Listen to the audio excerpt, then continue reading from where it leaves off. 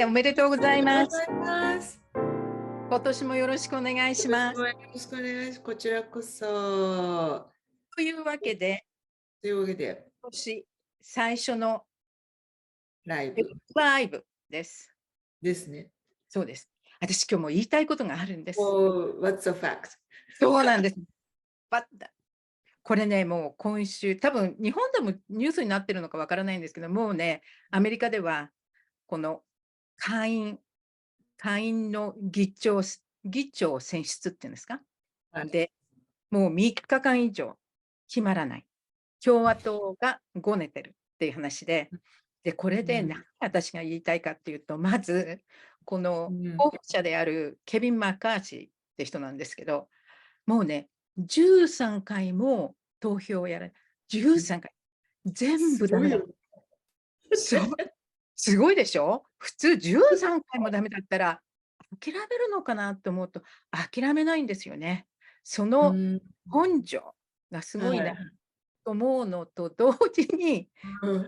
悲しいんですけど、うん。なぜその20人くらいの、超右翼派の人たちが、ケビンなんか嫌よって言ってるかっていうと、うん。うん。ケビンは信用できない。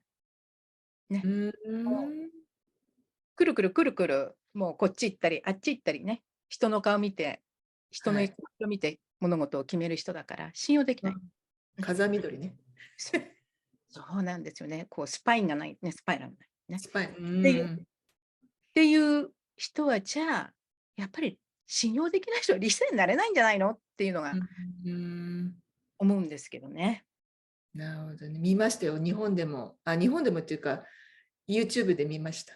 投票風景。面白いですよね。うん、あれでね、C スパンはなんか視聴率が上がったらしい。みんななる、わわかる。なんか、わかちょっるでしょ。と、ね。というはい。わけで、そういう信用できないリーダーを選ばなきゃいけない、ね、共和党の下院の議員の人は大変です。が、本当で今日はよしこさん、予告編でもよしこさんがかなり力説した根っこ、根っこ。リーダーシップの深い話をお願いしたいと思います。ね。どうなんですか？どうなんですかね。やっぱり、なんかリーダーシップって何って言ったら、なんだかポジティブなね、うん。インパクトを起こす。でそのポジティブなインパクトは、もちろん行動の変容によって起きるうん。うん。わけですね、リーダーのね、うん。何らかのね。で、その行動を変えるために、コーチング受けたり、なんかいろいろやるんですけど、でその、いくらコーチがなんか、関わるとか、なんかしても、本人が行動を起こす、その根っこのとこですよね。には、一体何があるんだろうかっていう、そういう話なんですけどね、今日。そうなんですよね。結構行動にできない人って多いですよね。あれ何なんでしょうね。やっぱり根っこねにある何かが、それをさせないってことなんですかね。ねそう、確かにコーチングの場面でも、うん。じゃあ、なんとか、なんかわかんない、なんとなく計画がなんとかとか、本社への報告がとか、なんか、人心掌握がとか、なんかいろいろありますよね、言ってらっしゃるんで、それすごくいいことなんだけど、えやらないってうん。いう、やれない。うん。うん、で、何なのかなって思うと、やっぱご自分の、なんていうんですか、この無意識の中で何が起きてるかっていうことへの意識がない。それそれです。わかるよね。無意わかる。識そう。無意識に対する意識がない。そう。でもこれも誰かから、そういう考え方があるんだなって言われないと、やっぱ分かんないことも、分かりえない可能性もあるんですよね。うん。それってもしかしたら自分のことが見えてないってことですかね？そうそうそうそうそう、その通り。簡単なことで言うと、自分はできてませんよって誰かから言われたら、あれって思うっていうことですか？なんかどうでもいい、ちょっと例なんだけど、私、うん。ヨガすごいやるんですけどね、ヨガの先生が、はい、膝を伸ばしてとかって言うじゃないですか、例えば。はいはい。膝曲げてる人いっぱいいるわけ。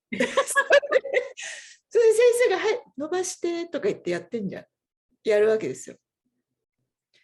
それであれなんでとか、それたまに思うんで、膝伸ばしてってか、自分は聞いてないで、そうやって聞いてないですよね、多分ね。とか自分を見てない。で、インストラクターに、はい、伸ばしてくださいって膝を触られて初めて伸ばしてるっていう、です、一つの例ですけどね、これはね。それって、それって私今思ったんですけど、私のスタジオは鏡がないんですよね。うで、ん、だからやっぱり鏡を見ないとわからない、自分がどういう形をしてる、形をとってるかってわからないじゃないですか。で、それってコーチはよく言われませんでしたっけ？コーチはうん、鏡にならなきゃいけない。うん、そうそう。だからそういう意味ではコーチの役割とか、コーチングの、ベネフィットっていうのは、そういうとこにあるんだろうなと思うんですけどね。でいや、もうん。無意識の意識ってじゃあ、なんかちょっと分かりづらいかもしれない。なんか別の言い方でもし、翔子さんがのご経験で言うと、どんな風になりますかね。よく、今アメリカなんかでもよく言ってるんですけど、うん。メタコグニティブセンスっていうんですかね。うん。メタコグニッション。要するに、うん。自分はここにいるんだけども、うん。まるで3000メートル上から、うん。こう、ことを見て、自分を見てて、で、うん。また私やってるよ、それっていう、うん。その確認をするって、さっき言って、うん。自分が今何をしてるんだっていうことが、客観うん。的に捉えられるかなっていうう部分。だん。から、ある意味、フォーカスしてるんだけども、うん。客観的に自分を見ることができるかなっていう。うん。うん。だからうん。それがある意味、エモーショナルインテリジェンスでしたっけ、EQ とかって、セルフレギュレーション、自己規制ですよね。うん。自分がなんか、これ私、ちょっと、いつもこういう風に怒鳴っちゃうんだよね。例えばね、子供に、怒鳴っちゃう、私すぐ、だから、ちょっと怒鳴らないようにしようって、こう自分で規制する。うん。そういうことができるかどうかっていうのは、やっぱり自分がそこに、さっきの無意識を意識して、ちゃんと自分が見えてるかどうかっていうことなの。うん。そうですね。なんかこういうね、手の動きからもよく俯瞰するとか、メタ認知ってそういうことですよね、おそらくね。で、それももちろん、その無意識を意識できるうん。ようになる、一つのやり方なんですけど、もう本当にほとんど無意識で行動してるありますよね。から。ありますね。うん。うん。私ね、なんか大昔、大昔、留学から帰ってきたばっかりの時に、日本で働いてた時に、うん。アメリカ人の社長がいたんですよ。で、うん。私なんか、机をなんか綺麗にしてた時に、こう、ふらふら来て、社長が。でね、こう言うんですよ。増田さん、質問がありますって言って、なんだろうなと、もちろん英語でしたけど、うん。そうしたら、要するに、彼が自分のディレクターレポート、直属の部下、日本人ですよね、ほとんどがね。うん。その日本人の部下の人に、こう何かこれをしてほしいとか、いろいろ指示を出すと、彼らの返事が必ず、いやー、それは難しいですねって言って、言うと、ありあそり。う、そう、できるんだかできないんだか、全然わかんない返事だって言って、すごいフラスありあり。トレーションって言うんですよ。で、ありあり。ありありでしょ？それも無意識ですよね。無意識でね、言ってんだ。みんなね、いやーってこうね、やっちゃうんうん。だって。うん。で、アメリカそう。人の社長としては、やる気ないのかと思ううん。っていうのを、で、なんでみんな難しいって言うんだ。そんなに僕は難しいことを頼んでるとは思えないっていうの。うん。ね、なんか日本の文脈はちょっとありありかもしれないうん。ですけどね、日本に限らずかもしれない。で、まあそういう、でもリーダーの人たちもいろいろ課題うん。の話をしていく中で、もうこれはね、無理なんですよ。できないんですよね。多分無意識に言ってるなって私なんか思うんですよね。感じる時があって、そう、本当にそうなんですかとかいろいろ聞いていくじゃん。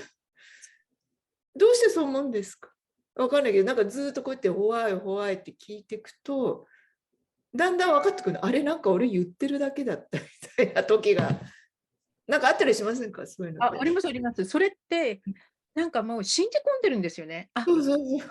できないことだとか、これはそうしてはいけないそうことだとか、で、そうそれそう。それをって、あの、アサンプションなんですよね。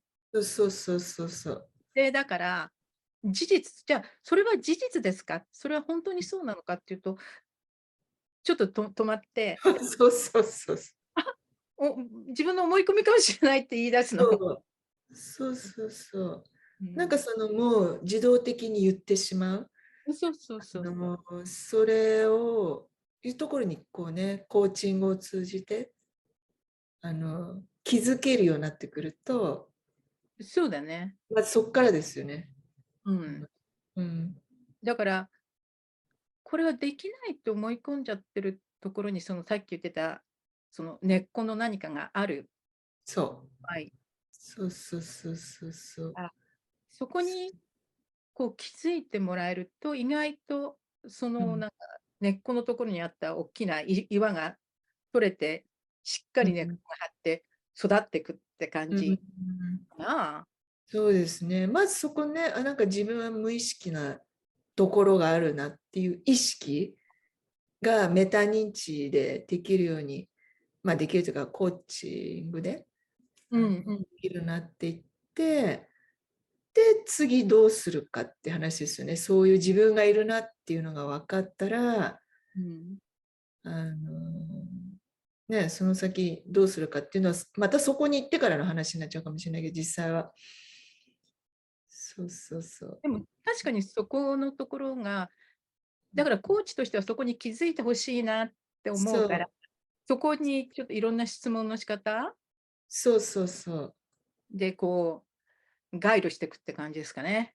そうですよね。だからそれは、じゃあ明日部下人心掌握のためにワンワンミーティングやりますとかいろいろあるじゃん。なんかステークホルダーにこういうプレゼンしますとかっていう、そういう目に見える行動もあるんだけど、でも結局そういうの並べても、やっぱり本当の根っこの部分が気づいて、そこになんていうの、リーチしていかない限り、いくらなんかすごい行動変容プラン作っても実現しないっていうね。そうなんですよね。で、そこがやっぱりなかなか、本当の根っこの根っこのところで、ちょっとこうマッサージしてあげて、ちょっとほどいてあげたいって感じですね。その通りです。うん。でもそこの、なぜそうなるかっていうのは、これはきっといろいろあるんですよね。それはまあるた次回です。時間。そうそう、そうです。話にちょっと持ってきますかね。そうですね。そうしじゃあ、ましょう。うん、楽しみです。で、楽しみ。今週のおすすめ。今週よし。は、そうですね。私、年末いろいろ本読んでて、年末年始。あれ、断捨離するんじゃなかったの？だから断捨離はしたんだけど、だから Kindle で本買うんですけどね。はい。あ、そうですね。紙を増やさないっていうね。偉いよ。で、バカとムチっていう本が今日本は結構売ってて、立なんか花玲さん、なんかちょバカとムっとチ。ちょっとなんかすごい激しいタイトルですね。そうそうそうそう、内容は結構激しいので、結構ああ、インテンスな、強烈な感じなので、これ言っちゃいけないシリーズみたいな感じなんですけどね。これすごく面白い本だなと思いました。じゃあ、それをおすすめですね。私もちょっと、です。あの、Amazon で見てみます。じゃあ、また来週あ、やりますね。来週ですね、じゃあ。来週同じ時間に。また根っこの話の第2弾って感じですね。そうですね。そうしましょう。